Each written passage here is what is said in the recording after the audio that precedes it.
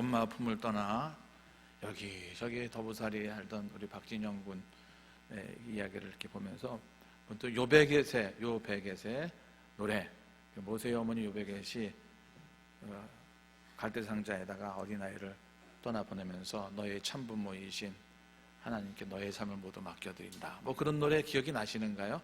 젊은 사람들 아마 그 기억이 날 텐데. 옆 사람과 인사하시겠습니다. 주님만이 나의 참부모이십니다. 주님만이 나의 참 주인이십니다. 주님께 나의 삶을 맡겨드립니다. 지난 주간 중에는 2020년 수능고사 발표가 있었습니다. 이번 수능고사에서는 수능 만점자가 어떻게 수능을 다 만점을 받는지 모르겠어요. 하여튼 수능 만점자가 15명이 나왔다 그래요. 작년에는 9명 나왔다는 얘기를 들었는데, 근데 이 수능 만점자 가운데서 아주 특별한 사연을 갖고 있는 한 학생이 아마 뉴스를 통해 소개가 되는데 알고 계신지 모르겠습니다. 김해 외고를 다니고 있는 송영준 군입니다. 이 학생은 3년 전에 사회적 배려 대상자라는 것은 힘들고 어려운 형편 때문에 공부를 못할 대상이지만 이런 사람을 특별 전형해서 좋은 공부할 수 있도록 그래갖고 이제 들어간 거잖아요. 사회적 배려 대상자로 선발이 되어서 외고에 이제 들어갔는데, 외고에 들어가서 처음 첫 번째 시험 봤을 때 외고 학생들이 1학년에 모두 127명이었는데 몇 등 했을까요? 126등을 했습니다. 127등 했으면 더 극적인데 어쨌든 꼴찌죠, 거의. 126등, 그렇죠. 사회적 배려 대상자로 해갖고 외고에 갔으니까 실력 차이가 많이 나죠. 그러니까 아버지는 일찍 돌아가셨고, 송영준 군, 박진영 군 말고요. 송영준 군 아버지는 일찍 돌아가셨고 어머니가 식당에서 일하는데 아주 공부해보니까 이게 실력 차이가 너무 나니까 관둘라 그랬어요. 그래가지고 나는 공부해가지고 기술 배워가지고 어머니 도와드려야 되겠다 그랬는데, 그때 서향미라는 선생님이 지금 당장 네가 그러면 어머니한테 도움이 될지 모르지만 10년을 생각하고 20년을 생각하라. 그러면서 이 학생을 설득해서 공부를 시작했는데, 내가 우리 어머니와 우리 선생님한테 내가 빚 갚겠다. 원수 갚는 게 아니라 빚 갚겠다. 그런 마음으로 공부를 해갖고 이번에 수능고사에서 만점을 받은 사람이 된 거예요. 이럴 때 박수 치고 싶은데 박수 안 치셔도 됩니다. 아무튼 참 이 연말에 정말 훈훈한 소식이 아닐 수가 없습니다.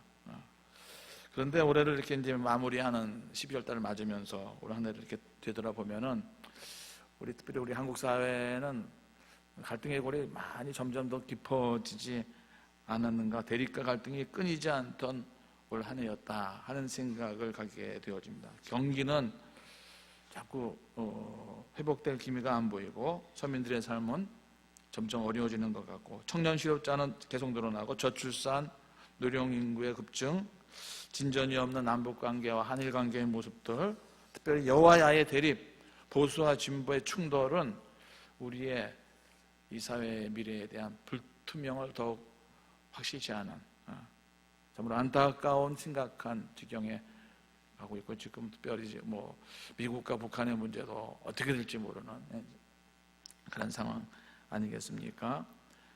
특별히 한국교회 형편은 더욱 암울한 우리 교단의 이야기도 마찬가지이고요.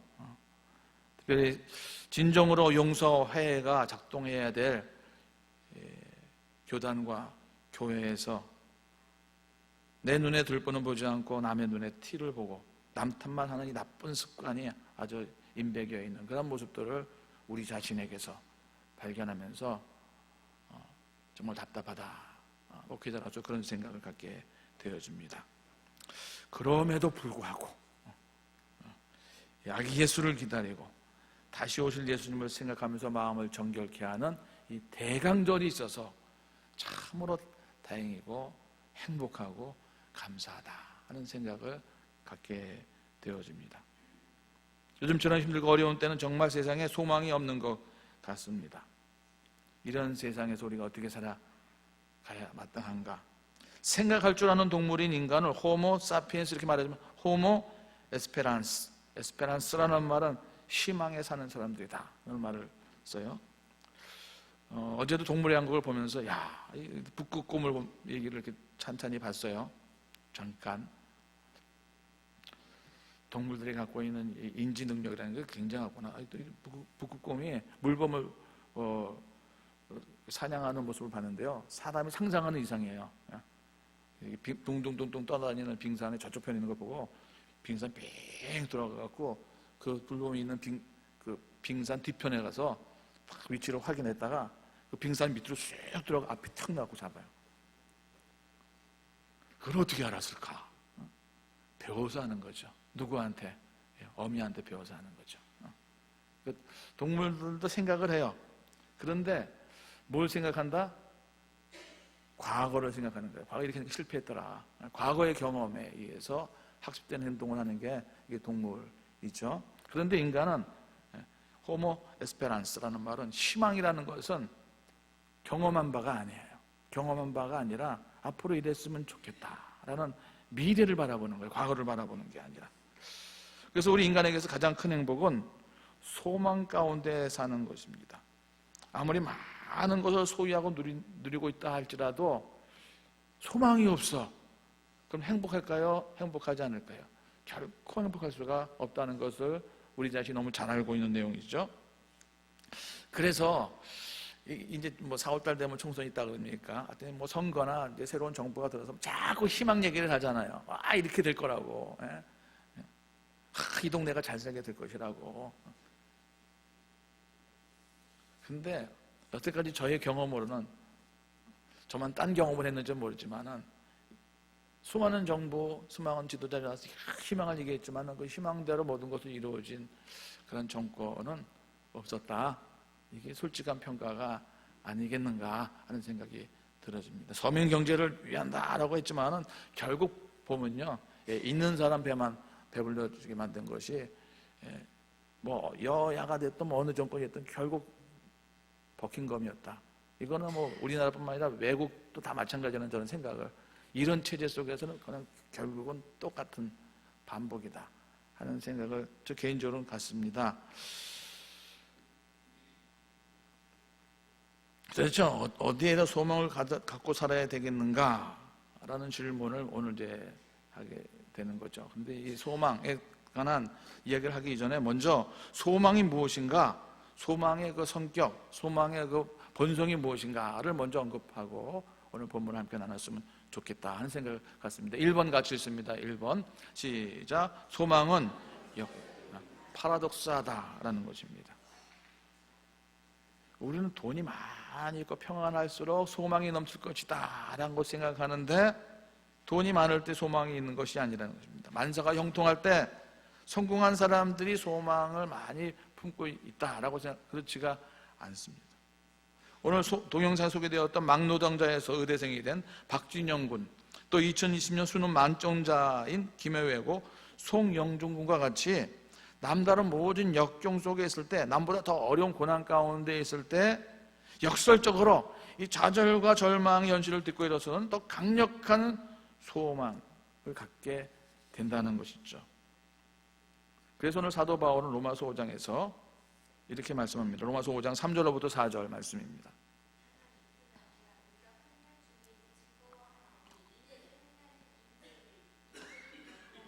연단은 소망을 이루는 줄 알미로다. 인내는 연단을 연다는, 환난은 인내는, 인내는 연단을, 연단은 소망. 이 말이 무슨 말이냐?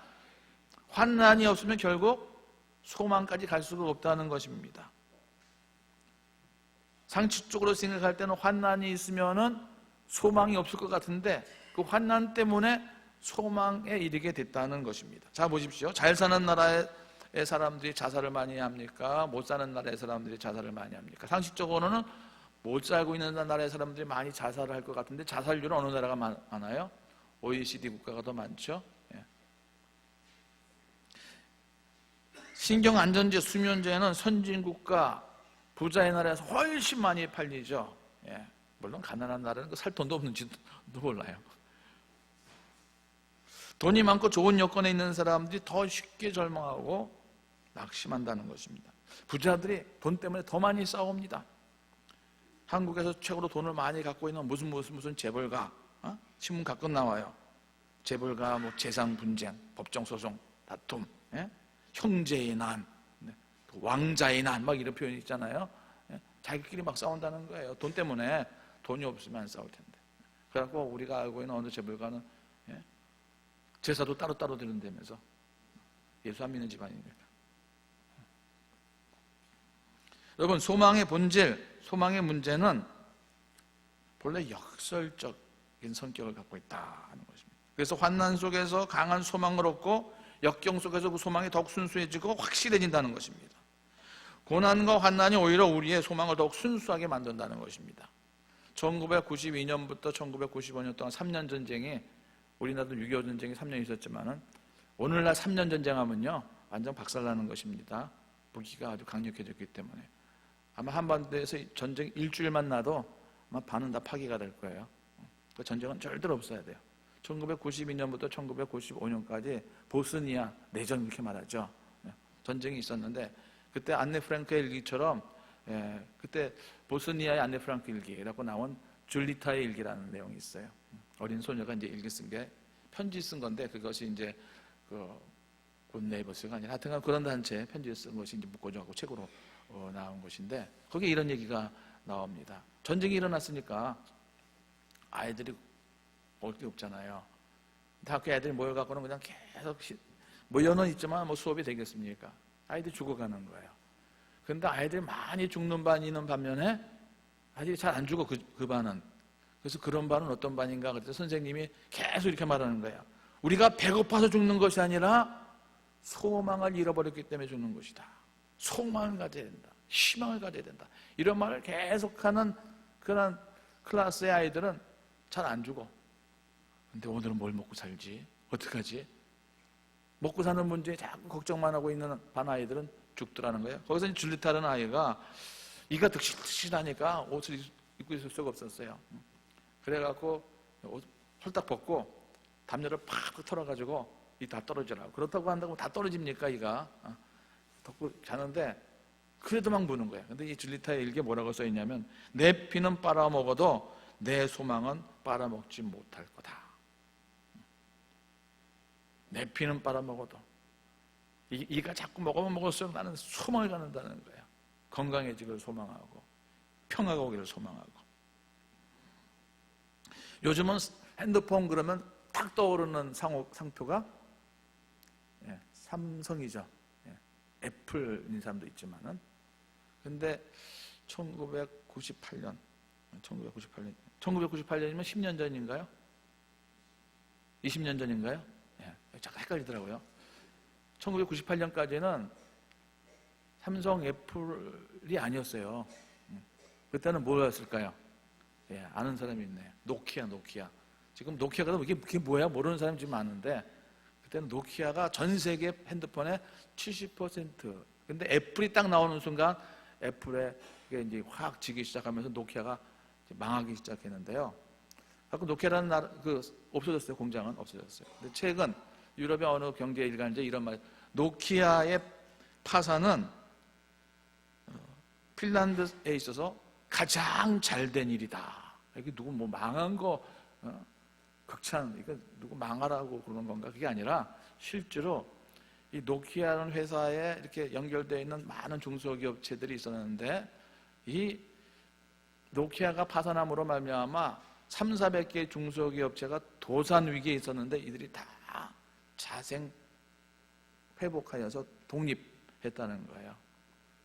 노키아가 파산할 때 핀란드 정부가 아주 작심을 하고 대학의 기초를 흔드는 개혁을 시도하므로 헬싱키 기술대학, 헬싱키 경제대학, 헬싱키 아트와 디자인 대학을 합친 알토 대학을 탄생시키고 기술혁신 창업자 지원 네트워크를 만들어서 구석구석 지원함으로 중소기업이 살아나게 했다는 거예요. 전 세계에 그 당시 경제 위기가 뭐 무슨 위기 왔었잖아요. 금융위기 뭐 그러면서. 그래가지고 몇 년 재작년 통계를 보니까 2017년 통계인데 핀란드는 반부패지수 1등, 글로벌 경제력 세계 3위, 미국이나 중국이 아니에요. 세계 3위. 1위는 미국인가 그럼? 예. 어쨌든 세계 3위. 예. 핀란드라는 나라가 몇백만밖에 안 됩니다, 국민이. 예. 2017년 국민소득 48,870달러. 우리나라 3만 달러? 지금 넘어요, 안 넘어요? 하여튼 뭐 그 정도예요, 우리나라가. 오히려 노키아의 추락이 자력갱생, 예? 북한이 말하는 자력갱생의 좋은 기회가 돼가지고 국가적인 위기를 극복하게 했다 하는 것입니다. 이 세상의 사회에서도 고난과 환난을 통해서 그 나라와 사회가 새롭게 되어지고 더욱 강력하게 될 수 있는 그런 분위기가 되는 것이죠. 그렇다고 한다면 오늘 우리가 겪고 있는 이 시대의 갈등과 또 우리 사회의 아픔, 특별히 한국교회에 당면한 이 위기가 어쩌면 지금 우리에게 이런 파라독스한 소망을 회복하라 라고 말하는 것이 아니겠는가 하는 그런 생각이 듭니다. 성경을 보면 우리 믿는 사람들은 세상에 휩쓸려가며 사는 삶을 사는 사람이 아니라 세상을 거슬려 살아가는 사람들이다. 세상에 영향을 받는 사람들이 아니라 너희는 세상의 빛과 소금처럼 세상에 영향을 줄 수 있는 사람이야 된다. 이 말씀을 거듭거듭 하고 있죠. 세상은 원수는 죽도록 미워하고 모욕하는 자는 배로 갚아주고 성공을 위해서는 불법이라 할지라도 성공만 한다면 모든 것을 할 수 있다. 이것이 세상 사람들이 생각하는 삶의 원리가 아니겠습니까? 그러나 우리는 믿음의 주여 온전케 하시는 예수를 바라보면서 누구까지도 사랑하라, 원수까지도 끝까지 70번이라도 7번이라도 용서하고 사랑하라. 하나님 나라는 바로 이런 역설의 진리를 믿고 따르는 자에 의해서 이 땅에 하나님 나라가 세워가게 되는 줄로 믿습니다. 어떤 사람이 소망의 사람인가? 시편 146편 3절로부터 5절 말씀을 다 같이 읽겠습니다. 시작. 귀인들을 의지하지 말며 도울 힘이 없는 인생도 의지하지 말지니 그의 호흡이 끊어지면 흙으로 돌아가서 그날에 그의 생각이 소멸하리로다. 야곱의 하나님을 자기의 도움으로 삼으며 여호와 자기 하나님에게 자기의 소망을 두는 자는 누가 복이 있다고요? 하나님을 믿고 의지하고 사람을 믿고 의지하는 것이 아니라 하나님께 소망을 두는 자가 복이 있는 자인 줄로 믿습니다. 그런 마음으로 오늘 본문 말씀 다시 한번 생각합니다. 오늘 본문 말씀 로마서 15장 말씀이죠. 로마서는 모두 16장으로 되어 있는데 누가 쓴 말씀이에요? 하나님이 쓴 말씀이지만은 성령님을 통하여 바울이 쓴 말씀이죠. 바울이 로마 교회 교인들에게 바울이 1차, 2차, 3차 그리고 4차는 이제 로마로 가는 여행을 통하여서 많은 교회들을 세웠죠. 많은 교회들을 세우고 한 번, 두 번 방문하고 한 번, 두 번 방문할 뿐만 아니라 또 여러 번 편지를 쓰면서 사도 바울은 완전히 멀티플레이어 목회자였어요. 한 곳에만 순회하는 목회자. 그런데 그 많은 교회를 세웠지만은 성경에 쓰여있는 그 교회 가운데서 로마 교회는 사도 바울이 세운 교회가 아니었습니다. 그래서 가기를 그렇게 원한다는 얘기가 로마서에 나오고 고린도전서에도 나오고 그렇죠. 사도행전에도 나오고 내가 로마에 가기를 원한다 하는다. 그래서 가기를 그렇게 원하는 마음으로 편지를 쓴 거 로마서인데 우리가 구원받는다는 것이 무엇인가? 예수 믿고 구원받는다는 것이 도대체 어떤 구원인가를 로마서 이제 1장부터 11장까지 얘기를 하고 12장부터 16장 그렇게 구원받은 사람은 어떻게 살아야 되는가 하는 삶의 실천 구원의 그 방법, 구원의 그 교리를 아는 것도 중요합니다만은 그보다 더 중요한 게 저는 실천편이 더 중요하다고 생각해요. 오늘날 우리에게 있어서는. 근데 그 실천편 가운데 오늘 15장이라는 말씀입니다. 근데 15장만 딱 띄어서 봐야 될 것이 아니라 14장부터 연결돼요. 14장 1절 말씀에 뭐라고 써 있는가? 이렇게 써 있습니다. 믿음이 연약한 자를 너희가 받되 그의 의견을 비판하지 말라. 믿음에 구원받은 사람들은 쉬운 말하면 예수 믿는 사람들은 교인들은 약한 사람을 우습게 여기면 안 된다는 거예요. 특히 믿음이 약한 사람들이 시험 들게 하면 안 된다는 거예요. 믿음 약한 사람들을 연약한 자들을 비판하지 말고 그들을 잘 세울 수 있어요. 특별히 로마 교회에 있어서 고린도 교회도 마찬가지인데 당시 모든 초등학교 다 마찬가지였어요. 믿음을 시험하게 하는 시험거리가 하나 있었는데 요즘으로 말하면 술, 담배와 같은 고기를 먹는 문제였어요. 고기 묻는 게 고기는 요즘은 좀 먹지만 예전에는 북한에서는 고기 언제 먹어요? 생일날 먹죠. 생일날. 김일성이 생일날 먹죠. 옛날에 그랬단 말이죠. 고기 아무 때나 특별히 제사를 드려야 고기를 먹어. 제사를 드려야 신전에 올라갔다가 뒷구녕으로 나가고 시장바닥으로 나와갖고 팔리는 게 이제 고기거든요.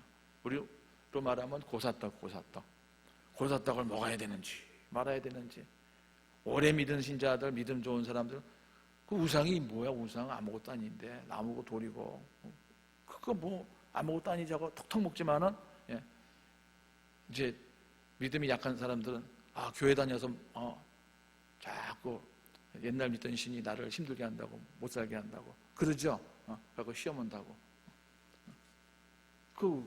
먹어갖고 병 걸리면 어떡하나. 그런데 믿는 사람들은 턱턱 먹는단 말이죠. 그런 갈등이 있었다는 것입니다. 오늘 15장에서도 같은 말씀을 하고 있는 거. 15장 1절 말씀을 같이 읽습니다. 시작. 믿음이 강한 우리는 마땅히 믿음이 약한 자의 약점을 담당하고 자기를 기쁘게 하지 아니할 것이라.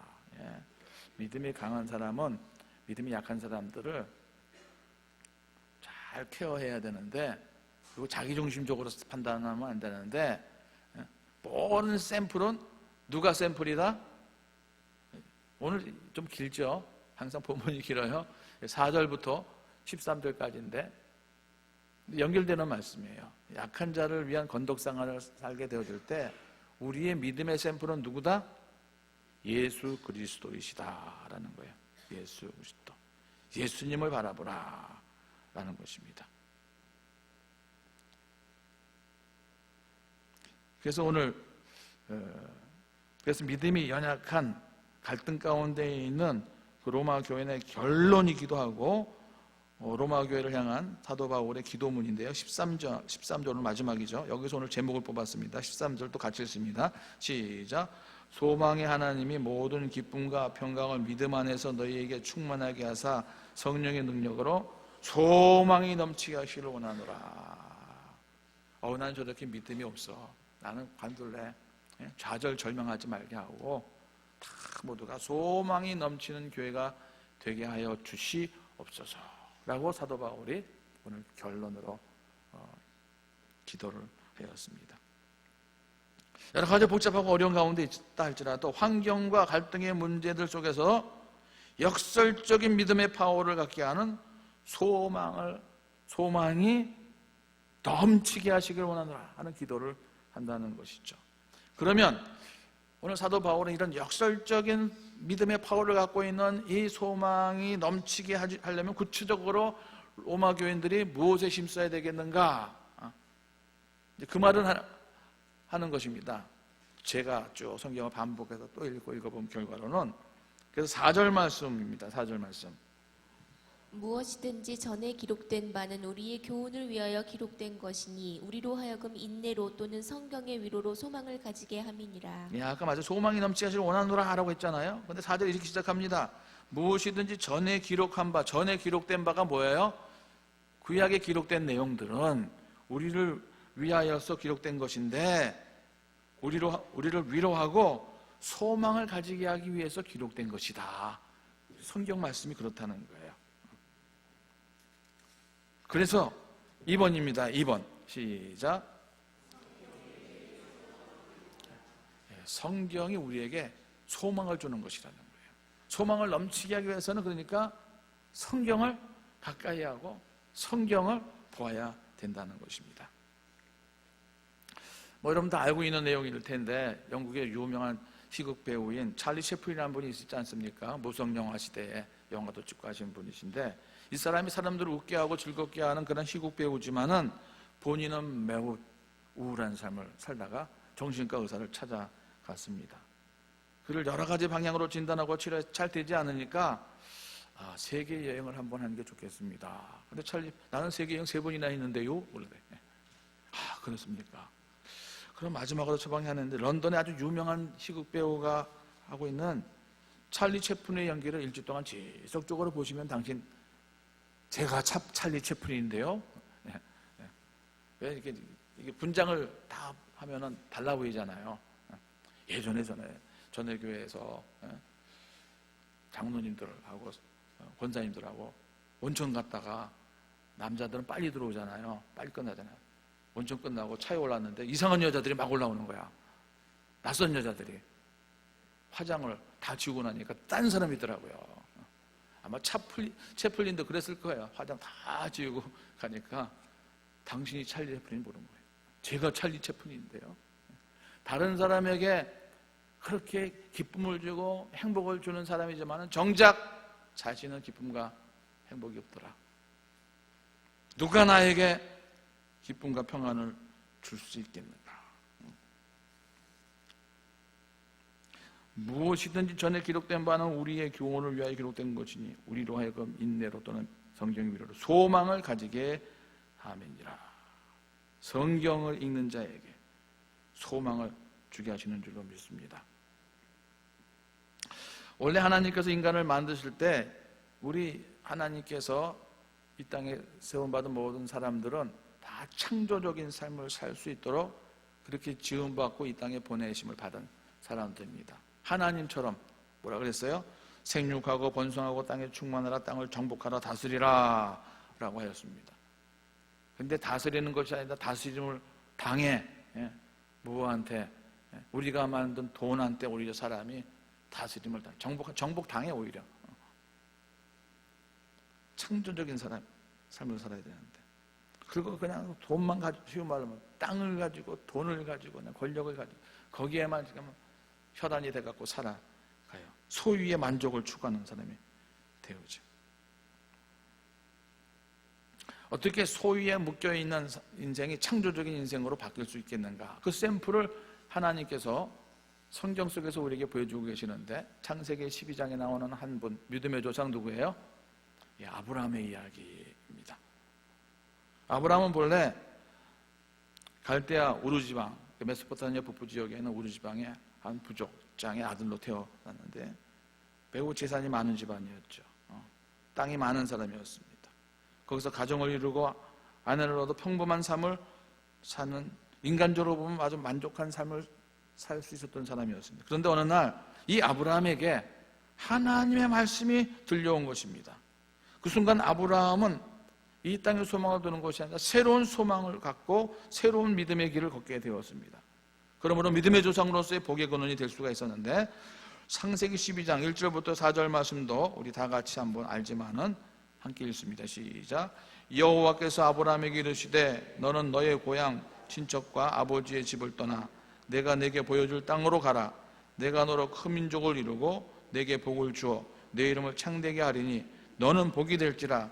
너를 축복하는 자에게는 내가 복을 내리고 너를 저주하는 자에게는 내가 저주하리니 땅의 모든 족속이 너로 말미암아 복을 얻을 것이니라 하신지라. 이에 아브라함이 여호와의 말씀을 따라갔고 롯도 그와 함께 갔으며 아브라함이 하란을 떠날 때에 75세였더라. 아브라함이 이 땅에 소망을 두고 살아가던 아브라함이 어떻게 새로운 삶을 출발할 수 있었는가? 4절 말씀. 이에 아브라함이 여호와의 말씀을 따라갔고, 말씀을 따를 때 창조적인 새로운 삶을 시작하게 되는 줄로 믿습니다. 그리고 그때 뭐라고 되어 있어요? 롯도 그와 함께 가서 아브라함이 하란을 떠날 때에 75세였더라. 80세 되시고 80세 이상 되신 분들한테 뭐 양해를 구합니다. 75세. 뭐 성경에 보니까 뭐 130세 살고 막 그랬으니까 75세면 청춘이네. 그렇습니까? 75세면 청춘 아니잖아요. 이제는 준비를 하셔야 돼요. 그죠? 또 새로운 소망을 가져야 돼요. 이 땅의 소망이 아니라 새로운 하늘나라에 대한 소망을 사실 75세 이상 되신 분들은, 아니 65세 이상 되신 분들은, 지공세대 되신 분들은, 아니 누구나 다 하늘나라에 대한 소망을 갖고 살아야 돼요. 75세면은 사실은 이제 다 정리해야 될 때입니다. 그런데 아브라함은 새로운 삶을 출발한 거예요. 사라의 나이 65세, 자식 하나 없었어요. 전혀 새로운 삶을 출발하게 되어진 거죠. 어떻게 해요? 말씀을 따랐기 때문에. 여러분, 하나님의 말씀이 들려오고 그 말씀을 따를 때 여러분과 저의 인생에 새로운 봄이 시작되는 줄로 믿습니다. 새로운 희망이 열리게 되는 줄로 믿습니다.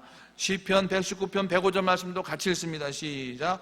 주의 말씀은 내 발의 등이요 내 길의 빛이니이다. 아무리 캄캄하고 어려울지라도 말씀을 붙들고 나가게 되어줄 때 길이 보이게 되는 줄로 믿습니다. 길이 열리게 되는 줄로 믿습니다. 예수가 곧 길이 되는 줄로 믿습니다. 오늘이 특별히 성서주일이라서 일부러 강조하는 거예요. 제가 성경주일. 우리가 신앙생활을 오래 하고 있지만은 정말 우리가 왜 성경 말씀을 읽어야 되는지를 아직도 모르고 계신 분들이 너무도 많다 하는 생각이 제가 자주 들어요. 어떻게 하면 성경을 잘 읽을 수 있는가? 성경을 읽는 방법론에 대해서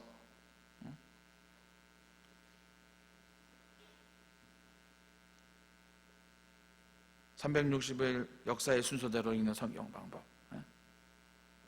성경 1년 1독, 성경 통 큰 성경 통독 이렇게 하고 서로 나누고 성경 읽는 방법론에 대해서는 제법 우리가 노하우를 갖고 있어요. 알고 있어요. 그런데 정작 내가 왜 성경을 읽어야 되는지에 대한 본질적인 그 이유는 모른 채 일독해야 되겠다, 천독해야 되겠다. 하나님께서는요 우리에게 이 성경을 주셨을 때 1년 일독하라고 성경 주신 게 아니에요. 전교인이 천독하라고 주신 그 성경을 주신 목적이 아니에요. 하나님께서 우리에게 하나님의 말씀 성경을 주신 이유가 있는데 그 말씀, 그 이유는 무엇인 줄 아십니까? 이 성경을 읽고 믿음이 생겨서, 특별히 예수에 대한 믿음이 생겨서 예수님께 순종하고 그 말씀에 순종하고 실천함으로 우리의 삶이 하나님께 영광을 돌리는 삶을 살라. 그러기 위해서 성경을 주신 거예요. 많이 읽으면요 이제 지식적으로 정보가 들어오고, 그래서 내가 좀 깨달은 게 있기 때문에, 깨우친 게 있기 때문에 설교도 할 수 있고 남도 좀 가르칠 수 있고 그래요. 그런데 가르치고 암송하고 그럴지라도 나의 삶이 예수를 드러내지 않고 하나님께 영광 돌리지 않고 있다면은 그건 잘못된 거예요. 성경 백날 읽는 것보다 성경 말씀 한 말씀 읽고 그대로 실천하는 게, 이제부터는 안 읽을 거야, 그러지는 마시고. 제가 최근 몇 년 사이에 제 방에 있던 책장의 책들을 다 끄집어내니까 한없이 나오더라고요. 처음에는 골라가서 내리다가 여기부터 여기까지 몽창 다 고물상에다가 2번인가 3번 팔아가지고, 수고하시면 짜장면 사신 적 있어요? 파니까 또 꽤 나오더라고요. 무거우니까. 몇 번 그랬어요. 제가 왜 그런 줄 아십니까? 첫 번째는 자꾸 책이 생겨 사기도 하고 둘 데가 없어. 집에도 없고 둘 데가 없어. 그래서 이 책을 이렇게 보는 중에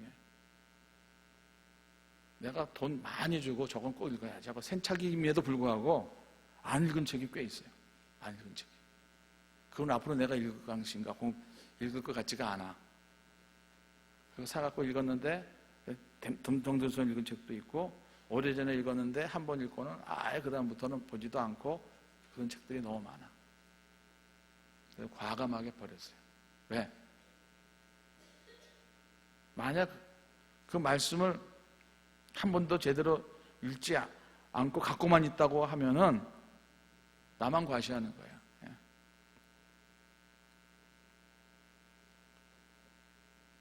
우리가 목사가 되고 하나님의 말씀을 마음에 새기고 이렇게 사노라 하면서도 새겨진 하나님의 말씀을 생각과 마음에서 꺼내어서 삶으로 실천하지 않으면은 그건 아무것도 아닌 거예요. 아무것도. 하나님과는 아무 관계가 없는 거예요. 내 자랑은 조금 될 수 있는지 몰라도. 우리가 성경을 펼치면 읽게 되어집니다. 그래서 성경을 읽게 되어질 때 믿어져야 되는 거예요. 믿어져야 되는 거예요. 그 성경이. 그리고 성경이 그렇게 믿어지니까 자연스럽게 행동하게 되는 거예요. 실천하게 되어 있는 거예요. 왜 성경을 안 읽느냐? 믿어지지가 않는 거예요. 그러니까 또 읽질 않는 거예요. 성경을 읽고 믿음이 생겨서 그 믿음으로 순종하여서 하나님께 영광 돌리는 것, 그것이 하나님께서 우리에게 이 성경을 주신 중요한 목적이라는 것을 우리가 항상 잊지 않아야 돼요. 그러니까 성경을 안 읽으면 아예 순종이 안 되는 거예요. 무슨 말씀인지 아시겠어요? 나는 읽었네 하는데 거기에 목적을 두면 안 된다는 거예요. 읽고 순종하겠습니다. 난 순종하겠습니다 그러면서 안 읽어. 그럼 순종이 처음부터 아예 안 되는 거예요. 성경대로 순종하는 거예요. 그러므로 매일매일 말씀과 함께 살아가는 사람이 소망 가운데 살아가게 되는 줄로 믿습니다. 왜냐하면 말씀을 붙잡고 살아가면은 절대로 말씀이 우리의 등불이 되어서 우리의 길을 인도하시기 때문에 낙심하지 않게 되는 줄로 믿습니다. 자, 성경을 주신 목적 일독하는 게 아니라 읽고 믿음이 생겨서 말씀에 순종하고 하나님께 영광 돌리는 것이라 했는데, 어떤 믿음이냐? 어떤 믿음이 생겨야 되냐? 성경을 통하여서 성경이 인명, 지명 여러 가지 나오는데 그 성경에 나오는 모든 내용들은 궁극적으로 신약이 됐던 구약이 됐던 오늘 로마서 15장이 됐던 누굴 가르치고 있어요? 예수 그리스도 십자가, 예수님의 십자가를 바라보도록 하는 것입니다.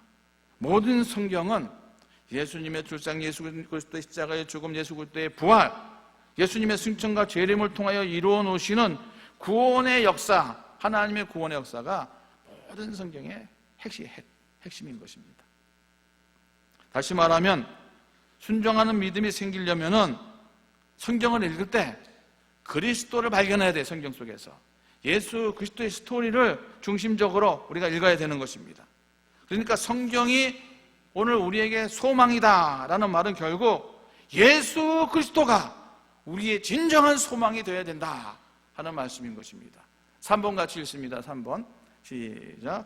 예수 그리스도가 소망의 핵심인 것입니다. 오직 예수 그리스도만이 모든 소망과 모든 참 소망의 핵심이고 근본, 근원, 이것을 우리가 잊지 말아야 되는 것입니다. 자, 오늘 로마서 15장 3절부터 14절 말씀 쭉 읽었습니다. 4절부터 13절까지. 근데 여기서 예수 그리스도를 빼버리세요. 말이 되는가 안 되는가, 뭐가 남는가, 그 내용에서 꽝입니다. 아무것도 남는 것이 없습니다. 오늘 본문의 핵심 메시지는 로마 교인들로 하여금 소망을 가지게 하고 소망이 넘치게 하는 것이다 라고 말씀하셨어요. 4절 말씀, 무엇이든지 이렇게 시작해서 무엇이든지 전에 기록된 바는 우리의 교훈을 위하여 기록된 것이니 우리로 하여금 인내로 성경 위로 소망을 가지게 하는 것이다, 이렇게 말하였고요. 그래서 13절에 이렇게 기도하였어요. 소망이 하나님의 모든 기쁨과 평강을 믿음 안에서 너에게 충만하게 하사 성령의 능력으로 소망이 넘치기를 원합니다 라고 기도하였어요. 그리고 그 사이에 있는 것이 무엇이냐? 그러한 소망을 갖게 하기 위해서는 우리 가운데 약한 자에게 소망을 주고 그러려면 우리의 믿음의 모든 것들이 예수 그리스도를 본을 삼아야 된다는 거예요. 그래야 소망이 생기고 약한 자들에게 소망이 주어진다는 것입니다. 그리고 후반절에 신명기 말씀, 그 다음에 시편 말씀, 마지막에 이사야서 말씀을, 구약의 말씀을 인용한 거예요. 뭐 열방 그러면서 구약에 기록되어 있기를 뭐라고 기록되어 있느냐? 열방, all nations, 이방인들까지도, 세상의 모든 사람들까지도 예수가 장차 오실 예수가 소망인 줄을 찬양하게 될 것이다 라는 말씀이 이미 구약에도 여러 군데 기록되어 있다 하는 말씀을 사도 바울이 구약을 막 인용하면서 강조한 거예요.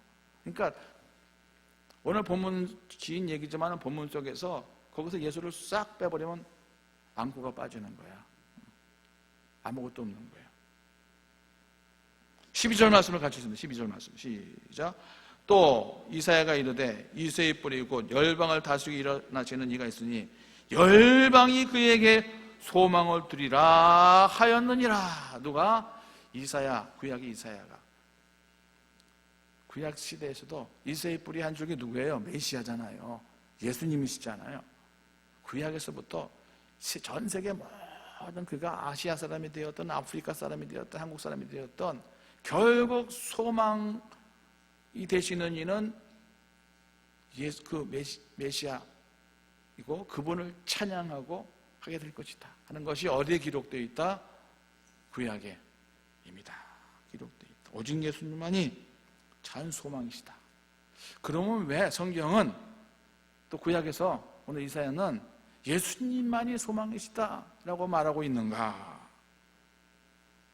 그것이 복음이기 때문에, 예수님이 복음이기 때문에. 복음이라는 것은 굿뉴스잖아요. 기쁨의 소식이잖아요. 예수님이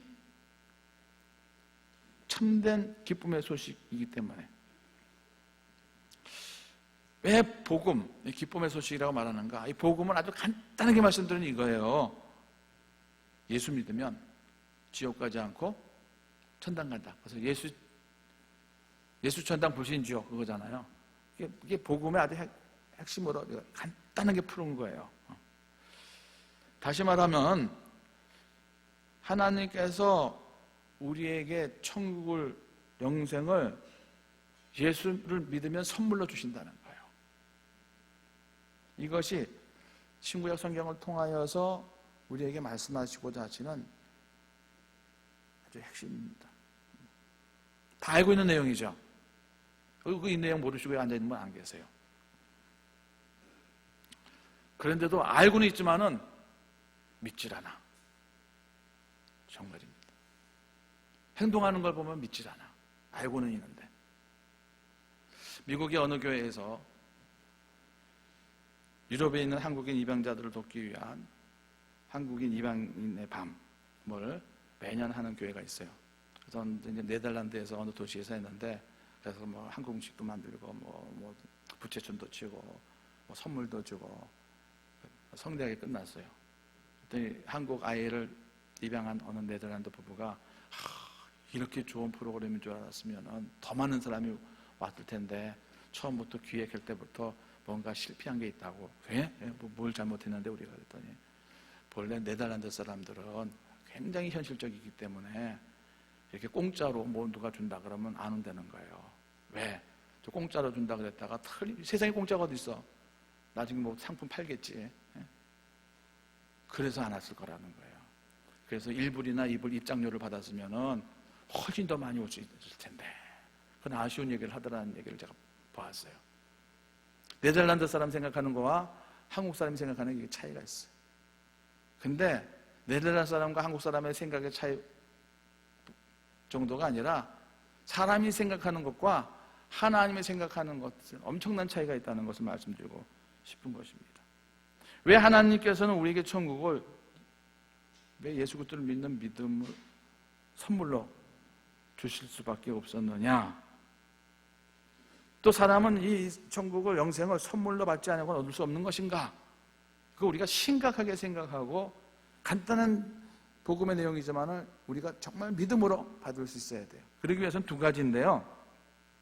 인간이란 어떤 존재인가? 나는 누구인가에 대한 철저한 인식과 자기 고백이 있어야 돼요. 두 번째는 그렇게 우리에게 천국 가기를 원하시고 우리의 선물을 주시는, 구원의 선물을 주신 하나님은 누구이신가 합니다. 첫 번째, 우리 인간, 나를 포함한 인간은 죄인이라는 것을 철저하게 고백해야 돼요. 사람들은 생각할 때 죄를 지어야 죄인이라고 자꾸 생각해요. 죄를 지은 사람이 죄인이다. 그런데 성경은요, 하나님은요, 우리가 왜 죄인이냐? 죄인으로 태어났기 때문에 죄인이라는 거예요. 죄인으로 태어났기 때문에 죄 지을 생각도 하고, 또 기회가 되어지면 죄를 확 반드시 짓는 존재다라는 것입니다. 이렇게 하나님의 생각과 우리의 생각이 다른 거예요. 자, 우리는 죄를 지었기 때문에 죄인이라고 생각하기 때문에 항상 누가 죄를 더 많이 지었느냐, 누가 더 하면서 자꾸 비평하고 비교합니다. 그래서 신문지상에 보니까, TV에 보니까 살인한 사람, 강간한 사람, 간음한 사람, 사기꾼들이 있는데 나는 그런 일을 한 번도 안 했어. 그런데도 내가 죄인이야? 이렇게 생각합니다. 그러나 성경은 모든 사람은 다 죄인으로 태어났기 때문에 의인은 없고, 사람들은 죄를 지을 생각이 항상 마음 가운데서 오고 가고 기회만 주어지면 반드시 죄를 짓고야 마는 존재이다. 여기 감나무가 있어요. 감나무 아니긴 하지만 감나무가 있다 생각하세요. 근데 이 감나무가 감이 열리기 때문에 감나무일까요? 감이 안 열릴 때는 감나무가 아닌가요? 감나무는 항상 감나무예요. 감이 안 열렸어도. 그런데 봄이 되면 이제 뿌리가 더 깊어지고 양분을 갖고 그래고 꽃무늬가 피고 그래갖고 때가 돼갖고 감이 열리는 거죠. 열리는 거죠. 이 세상 살아가면서 나는 아직 살인해본 적도 없고 간해본 적도 없고 강간 그건 나하고 아무 상관없고 거짓말도 갈 수 있으면 난 안 하려고 그랬는데, 그럴지라도 우리 마음속에는 나는 살인, 강도, 강간범과 동일한 그런 죄악이 있다는 것을 우리는 동일하게 고백할 수 있어야 되는 것입니다. 이게 철저히 되어야 돼요. 이단 교주들이 처음부터 이상하게 된 것인가요? 아니에요. 신령했어요. 하나님 잘 믿었어요. 근데 나는 온전하다 생각하는 순간 하나님과 동등됨을 취하기 시작하면서 이단이 되어지는 것입니다. 그 누구도 나는 죄인이다. 우리가 지옥에 가야 하는 것은 내가 많은 죄를 지었기 때문이 아니라 내가 죄인이기 때문에, 본질상 죄인이기 때문에, 그랬잖아요. 날마다 지옥에 가더라고. 누가? 제가. 날마다 지옥에 가는 거예요. 여러분, 돌멩이가 물속에 떨어지는 것은 돌이 크기 때문에 물속에 빠지는 게 아닙니다. 그죠? 돌이기 때문에 그냥 물에 빠지는 거예요. 크고 작은 거 상관없는 거예요. 작아도 돌이기 때문에 물속에 쏙 빠지는 것입니다. 사람은 죄인이기 때문에 반드시 지옥에 가는 존재다. 예외가 없다. 나도 그렇다. 이걸 철저히 고백해야 복음이 복음으로서 받아들여지는 것입니다. 무슨 말이냐? 절대로 내 스스로 구원의 문제를 해결할 수 없다. 내 자신은. 아무리 입산수도해도, 아무리 성령 체험을 해도 그것으로 구원받는 건 아니다. 선행을 베풀다. 감나무가요, 감을 내가 너무 많이 먹어서 이제부터는 사과나무 먹고 싶다 그래갖고 막 비료를 막 받고, 그러면 어느 날부터 사과나무가 됩니까? 절대로 안 되죠. 그런 기적은 하나님만이 하실 수 있죠. 인간은 스스로 구원할 능력이 없다는 것을 꼭 기억해 둘 수 있기를 바랍니다. 이제 하나님에 대해 다시 한번 생각하게 되는데, 하나님 어떤 신분이시라고요? 첫 번째, 하나님은 사랑이십니다. 시작. 하나님은 사랑이십니다. 하나님은 모든 걸 다 사랑으로 하시고 하세요. 창조도 사랑으로 하셨고, 저를 보시면서 지금도 사랑하세요. 그래서 사랑하시기 때문에 절대로 지옥 갈 나를, 지옥 가는 거를 원치 않으세요. 그런데 문제는 뭐예요? 하나님은 사랑이신가 동시에 또 의로우신 분이세요. 죄와 함께 할 수 없는 분이세요. 그래서 우리는 절대로 지옥 가야 될 존재이지만 지옥 갈지를 원치 않으세요. 그래서 이 문제를 어떻게 푸셨다? 이제부터 다 논리죠. 예수 그리스도로 푸셨다.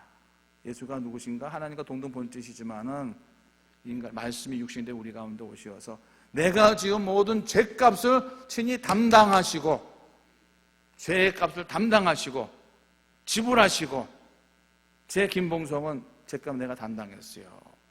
하나님 앞에 심판대에 있을 때, 심판물에 내가 빠져 있을 때 예수님께서 하나님을 향하여 김봉성 나를 믿는데요, 내가 담당했잖아요.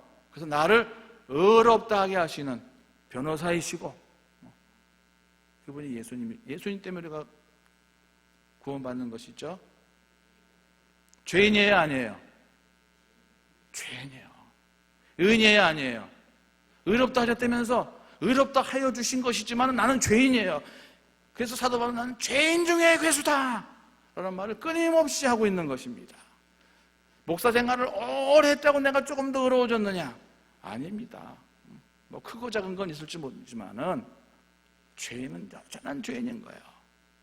그래서 우리는 겸손할 수밖에 없는 것입니다. 예수 십자가 앞에서.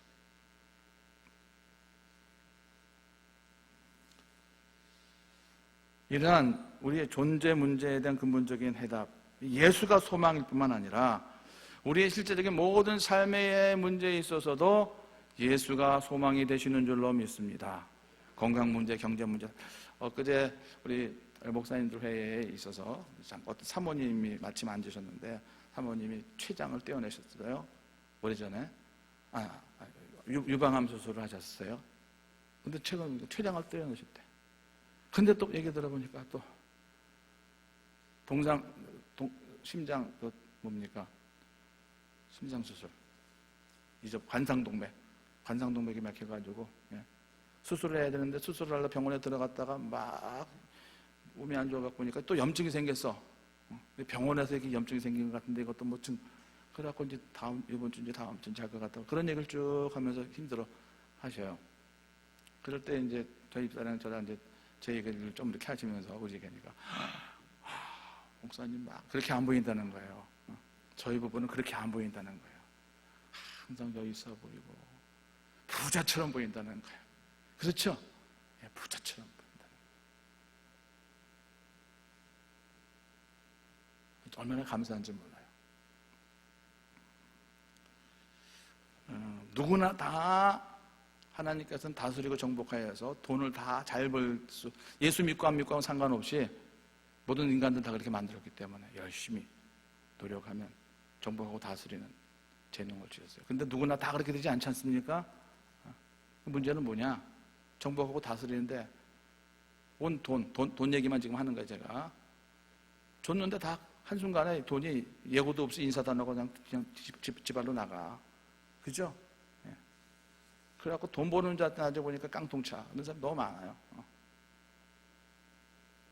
그런데 나는 능력이 없지만은 주님을 내가 의지하면은 예수님께서 딱 받쳐져서 이슬이 모여서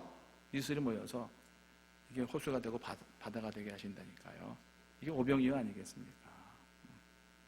돈이 많다고 막 여유 부리는 거 아니에요. 돈이 많은데 항상 고민이야. 이게 언제 다 날아갈지 몰라갖고. 예수가 소망인 것입니다. 예수가 우리의 방패이신 것입니다. 많은 문제가 경제 문제, 가정 문제, 사회 문제, 저는 예수가 소망이라고 생각합니다. 교회 문제, 무엇이 문제예요? 교인 문제가 아니라 우리 안에 예수를 소망으로 믿고 예수님을 영접하는 게 없기 때문에 그렇습니다. 예수님이 소망이시고 예수님이 그 안에 계시면은 많고 적음이 문제가 되는 게 아니에요. 예수님께서 해결해 주신 줄로 믿습니다. 이 대강절 기간 중에 우리가 예수님을 그렇게 소망하시고 그렇게 새롭게 영접할 수 있는 귀한 축복이 우리 모두에게 가정과 직장 또 우리 한국교회 우리 민족 나라 가운데 있기를 주의 이름으로 축원드립니다. 사랑과 은혜의 하나님 아버지, 예수가 해답입니다. 예수님이 우리의 소망입니다. 우리의 심령 가운데 새롭게 임하시고 우리 모든 기도의 제목 가운데 예수의 이름으로 구하는 가운데 진심으로 우리에게 믿음을 주시어서 그 믿음대로 될지어다 하는 예수 응답으로 간증으로 넘쳐나게 하여 주시옵소서. 예수님의 이름으로 기도하옵나이다.